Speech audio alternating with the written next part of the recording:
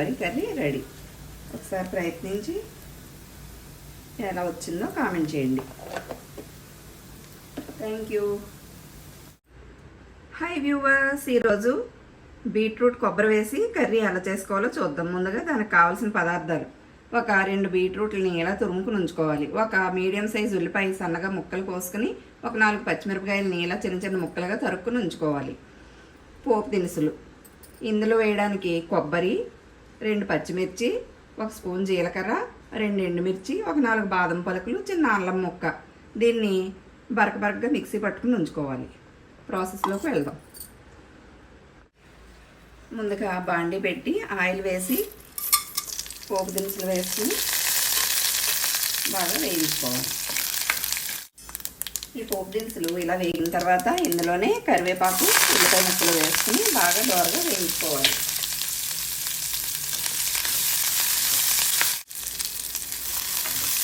ఉల్లిపాయలు ఇలా బాగా వేగిన తర్వాత ఇందులోనే ఈ బీట్రూట్ తురుమును కూడా వేసుకుని పచ్చివాసన పోయే వరకు బాగా వేయించుకోవాలి.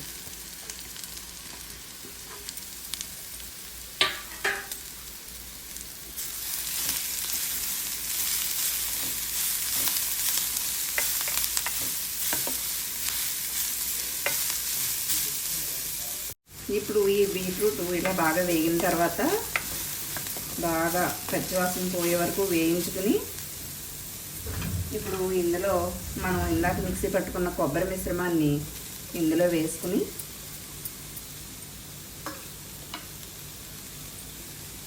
రుచికి సరిపడేంత ఉప్పు, పసుపు, కొద్దిగా కారం కూడా వేసుకుని ఈ మిశ్రమం అంతా బాగా కలిసేలా వేయించుకుని స్టవ్ ఆఫ్ చేసుకుంటే ఎంతో ఎమ్మి బీట్రూట్ కొబ్బరి ఫ్రై రెడీ. చూస్తున్నారుగా, ఈ కొబ్బరి బీట్రూట్ బాగా వేగిన తర్వాత ఇలా కొత్తిమీర జల్లుకుని దించుకుంటే కొబ్బరి బీట్రూట్ కర్రీ రెడీ. ఇది చపాతీలోకి, రైస్లోకి చాలా యమ్మీగా ఉంటుంది.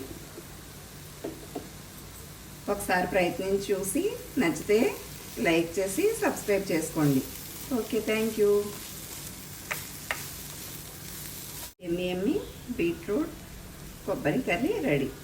ఒకసారి ప్రయత్నించి ఎలా వచ్చిందో కామెంట్ చేయండి.